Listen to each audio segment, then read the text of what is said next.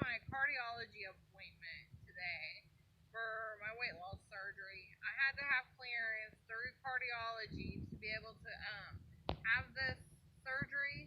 So it was something that I had to do in order to be able to go forward.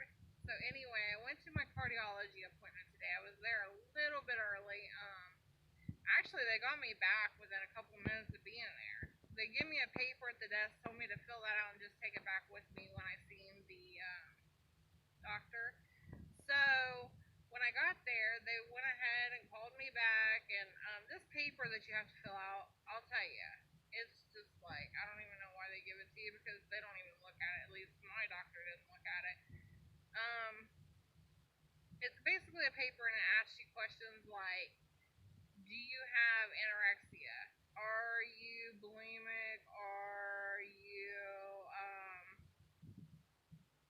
like diabetic? Do you have high blood pressure? Do you have hemorrhoids? Do you have schizophrenia, anxiousness? Trying to think. I mean, it's just like a long list.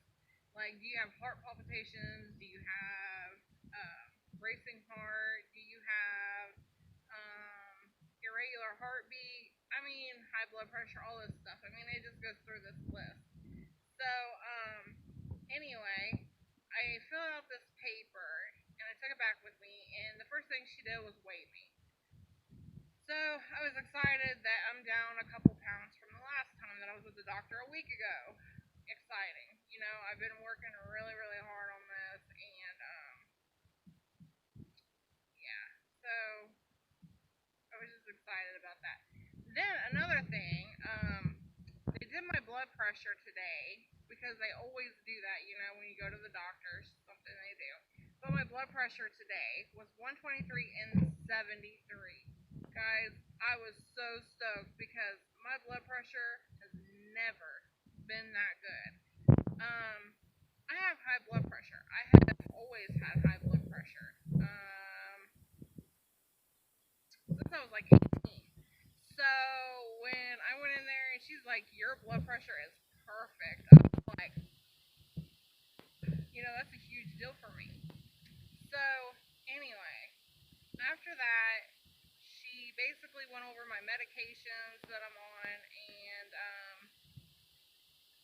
she asked about who my family doctor was and who I was seeing at the weight loss center.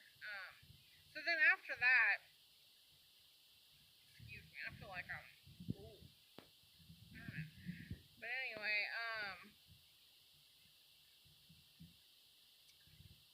the doctor came in after that to talk to me and basically go over everything with me.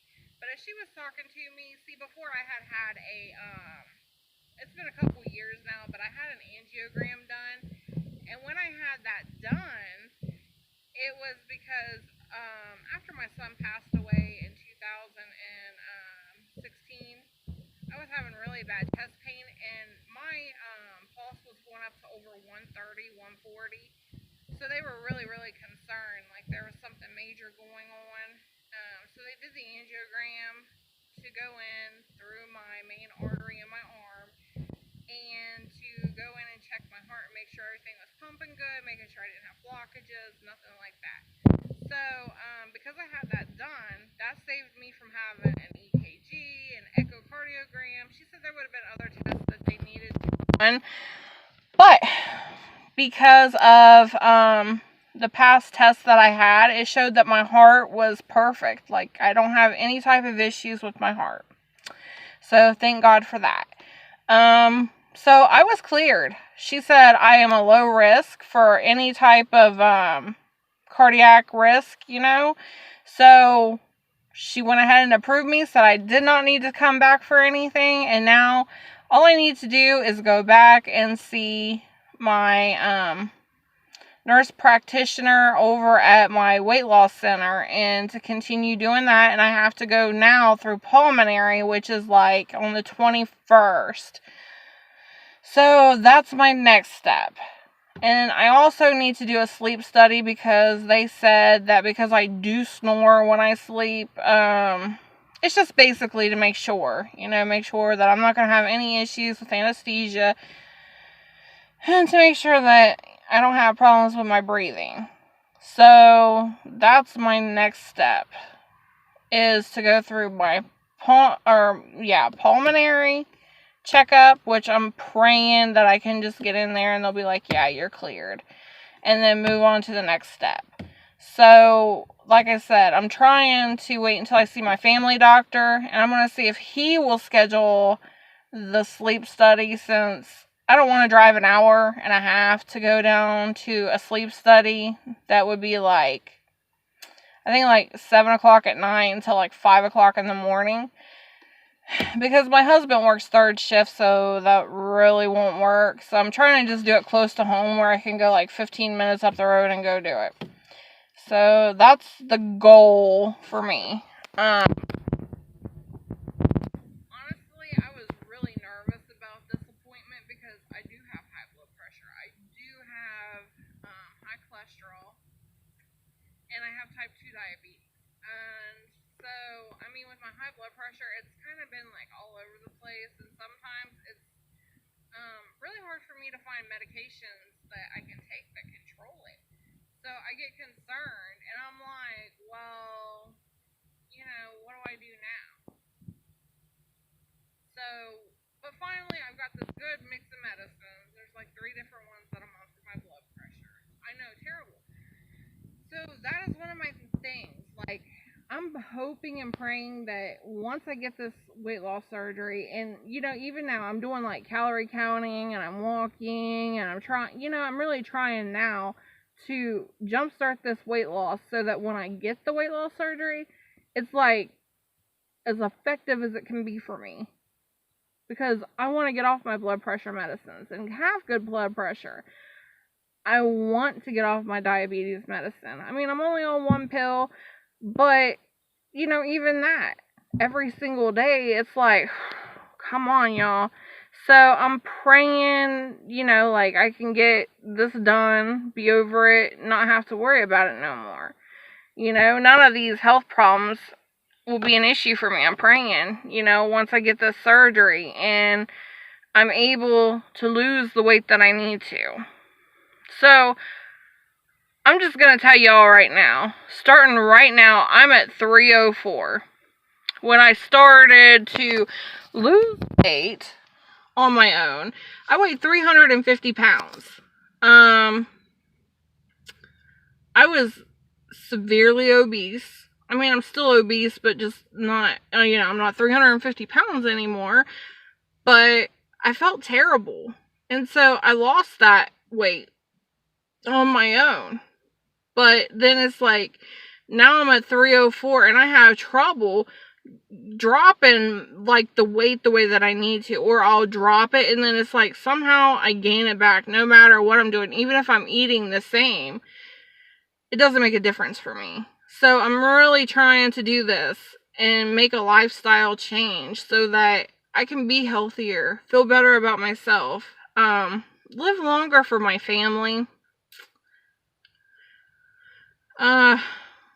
Because, when my son passed in 2016, May of 2016, at 15 years old, I realized that everything in this life is temporary. We don't have forever. And, sometimes even if we take care of ourselves, we don't have forever, and, I just want to live the best that I can and be as healthy as I can for myself and my family. We've already been through so much. Not only my son passing, but then my dad has lost, his brother, his 2 sisters, and now his brother is, his other brother's dying, and there's a couple more that are in really bad shape, and, it's been really bad and just hard, but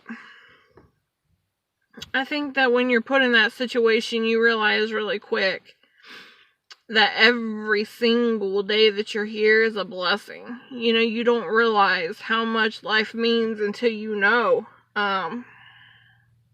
Yeah, it can be taken in a second. So this surgery, for people, you know, take it seriously. Take it as something that's going to do something for you to help you change your life. It's giving you basically a second chance to start over. So don't ruin that. Don't waste that. You know, go to these appointments. I know sometimes it can be scary. It can be hard. You don't know what to expect. You don't know what's going to happen. But at the end of the day, you need to remember what you're doing it for and who you're doing it for. So yeah, don't be worried about these appointments. I know it seems like a lot, and believe me, it overwhelms me. Like, sometimes I'm just like, you know, it's severely overwhelming. Like, there's so many appointments, so much to do, and you know they require so much out of you for your insurance to pay. So, it does. It gets very hard, and you just got to keep the faith, and you have to be able to try your hardest to continue to push forward and do what you can do.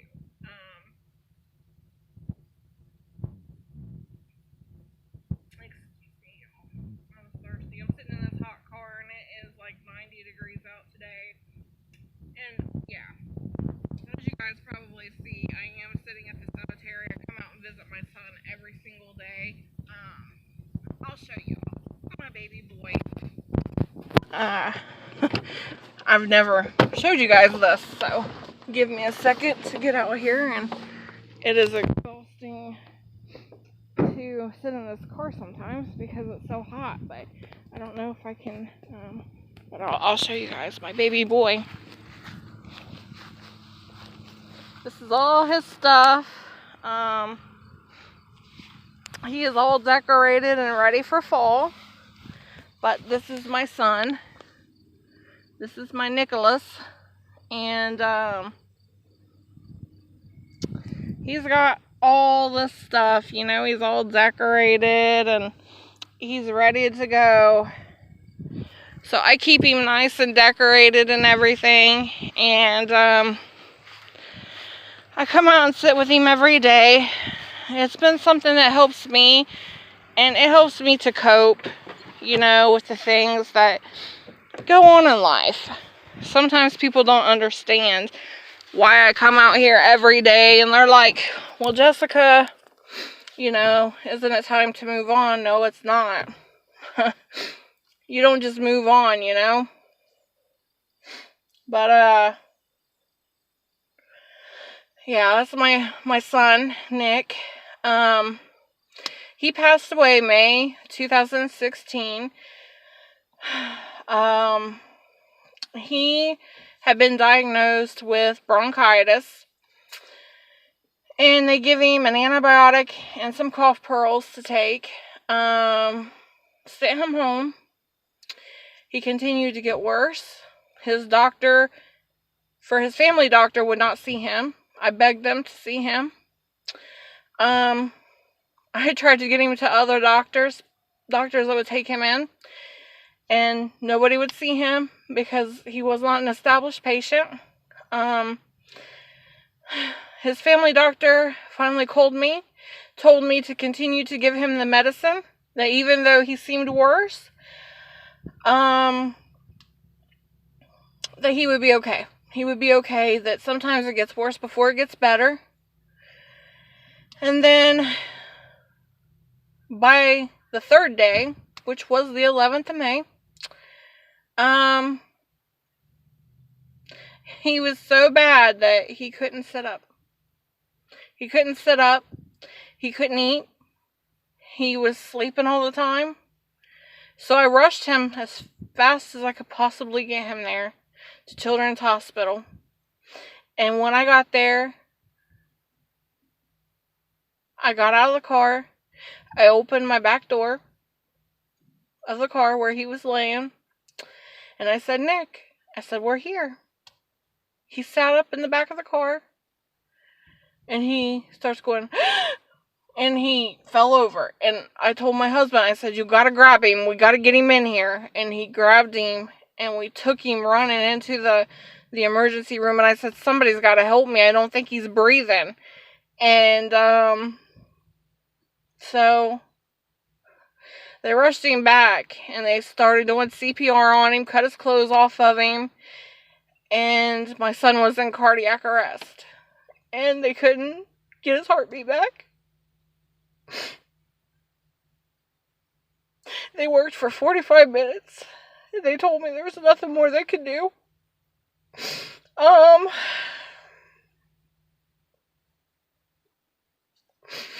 I had an autopsy done, and it showed that he had fluid on his heart, and that it caused his heart to stop. So the doctor had misdiagnosed him, and he absolutely did not have bronchitis. But, it was the fluid around his heart that stopped it. So, that's what happened. I just think, I would share that with you guys, but that's where I am. I know you've probably seen, I was sitting here, you can see some of the headstones and stuff in the background. But I come out here every day.